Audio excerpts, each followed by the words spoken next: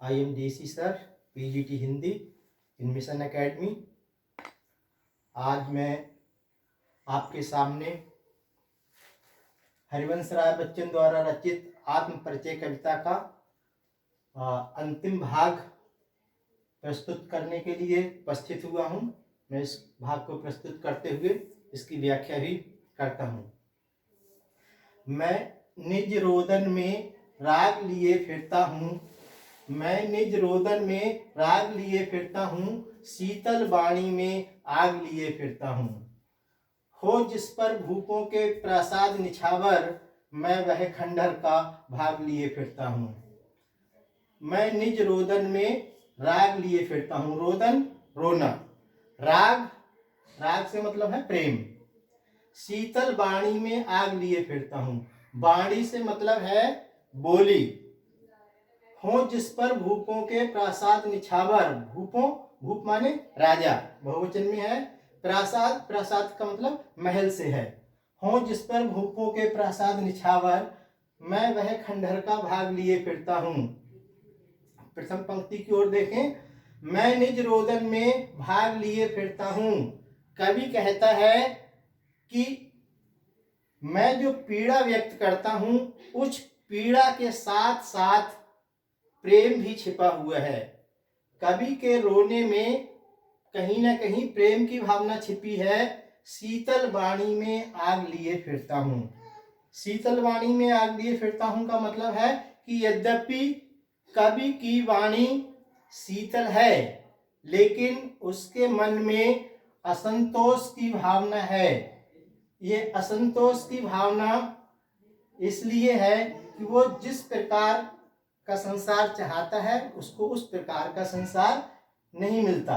शीतल वाणी में आग लिए फिरता हूँ मतलब उसको संसार से असंतुष्टि है, लेकिन वह फिर भी अपनी वाणी में एक सरलता, एक मिठास लिए हुए है। जैसे मान लीजिए कोई अध्यापक किसी बच्चे से कहे कि कृपया क्लास से बाहर निकल जाइए, इसका मतलब है अध्यापक उससे संतुष्ट नहीं है और वह अपनी शीतल वाणी से उसको बाहर निकालने की कोशिश कर रहा है। अगर वह इसी बात को इस तरीके से बाहर कहे कि बाहर निकल जाओ नहीं तो हड्डी पसली एक कर दूंगा, तो ये उसकी शीतल वाणी नहीं होगी, ये इसकी वाणी कठोर होगी। बात वही है, पहले वाली शीतल वाणी थी और बाद वाली जो वाणी है वो कठोर है। हो जिस पर भूपों के प्रासाद निछावर, मैं वह खंडहर का भाग लिए फिरता हूँ।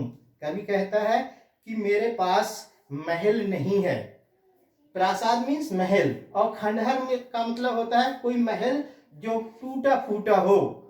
तो कवि का कहना है कि मेरे पास एक प्रेम का महल है जो बहुत अच्छा नहीं है, टूटा फूटा है, लेकिन वह कहता है कि मैं उस महल पर राजाओं के महलों को भी निछावर कर सकता हूँ।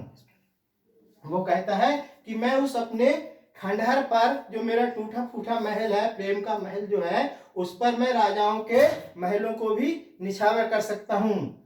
हो जिस पर भूपों के प्रासाद निछावर, मैं वह खंडहर का भाग लिए फिरता हूँ।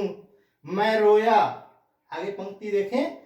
मैं रोया इसको तुम कहते हो गाना, मैं फूट पड़ा तुम कहते छंद बनाना। क्यों कवि कहकर संसार मुझे अपनाए, मैं दुनिया का हूं एक नया दीवाना। मैं रोया, रोना आप जानते हैं। इसको तुम कहते हो गाना, गाना मीन्स गीत। मैं फूट पड़ा, फूट पड़ना मतलब अचार और जोर से, अत्यधिक जोर से रोना, अपनी भावनाओं पर काबू ना करके उनको एकदम से बाहर निकाल देना। छंद बनाना, छंद बनाने का सीधा अर्थ अगर आप लगाएं तो कविता लिखना मान लीजिए। मैं रोया इसको तुम कहते हो गाना, मैं रोया इसको तुम कहते हो गाना, मैं फूट पड़ा तुम कहते छंद बनाना। क्यों कवि कहकर संसार मुझे अपनाए, मैं दुनिया का हूं एक नया दीवाना। कवि कहता है कि जब मैं अपनी पीड़ा को व्यक्त करता हूं तो तुम उसे गीत समझ बैठते हो, तुम उसे गीत समझते हो। मैं फूट पड़ा तुम कहते छंद बनाना। जब मैं अत्यधिक जोर से रोता हूं, अत्यधिक पीड़ा को प्रकट करता हूं, तब तुम उसको कविता लिखना कहते हो। क्यों कवि कहकर संसार मुझे अपनाए, मैं दुनिया का हूं एक नया दीवाना। कवि कहता है कि संसार मुझे कवि कहता है, लेकिन मैं अपने आप को कवि नहीं कहता, मैं अपने आप को कवि नहीं मानता। कवि नहीं मानता तो कवि अपने आप को क्या मानता है? एक नया दीवाना। कहता है कि संसार मुझे कवि कहता है, लेकिन वास्तव में मैं इस दुनिया का एक नया दीवाना व्यक्ति हूं। अक्सर कवि अपने आप को दीवाना कहकर प्रस्तुत करते हैं। कबीरदास जी ने भी कहा है कि मैं एक दीवाना हूं। एक शायद वो पंक्ति है कि कहे कबीर दीवाना। उधर मीरा जी भी अपने आप को, मीराबाई जी भी अपने आप को एक दीवाना कहती हैं कि हेरी मैं तो प्रेम दीवानी, मेरा दर्द न जाने कोई। मीरा भी अपने आप को दीवानी कहती हैं। एक हमारे नए कवि हैं, नाम अभी उनका नाम है कुमार विश्वास। तो कुमार विश्वास जी भी अपने आप को एक दीवाना ही कहते हैं। 2 लाइनें बताता हूं, उनकी सुनाता हूं आपको। कोई दीवाना कहता है, कोई पागल समझता है, मगर धरती की बेचैनी सिर्फ बादल समझता है। तो यहाँ भी जो कुमार विश्वास जी हैं वो अपने आप को दीवाना कहते हैं, या अपनी कविता में दीवानगी को प्रस्तुत करते हैं। आगे देखें।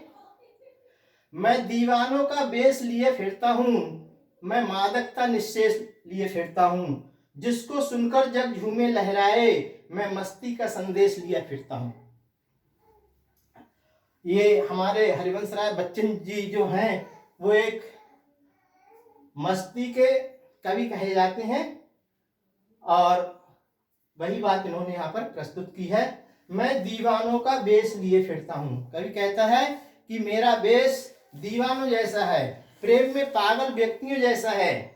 मैं मादकता निश्चेष लिए फिरता हूँ। जितनी मादकता, जितना उन्माद, जितना नशा संसार में है, शायद मैं पूरे उस चीज को धारण किए होता। प्रेम की मस्ती को मैं, संपूर्ण प्रेम की मस्ती को मैं धारण किए हूँ, जिसको सुनकर जग झूमे लहराए, मैं मस्ती का संदेश लिए फिरता हूँ। कवि कहता है कि मैं इस संसार को प्रेम और मस्ती का संदेश देना चाहता हूँ, जिस संदेश को सुनकर ये संसार झूम उठे और आनंद विभोर हो जाए। तो ये आत्म परिचय कविता का कुछ अंश बचा था, उसकी व्याख्या मैंने आपके सामने प्रस्तुत कर दी है। आशा करता हूँ कि आपको समझ में आ गई होगी। धन्यवाद।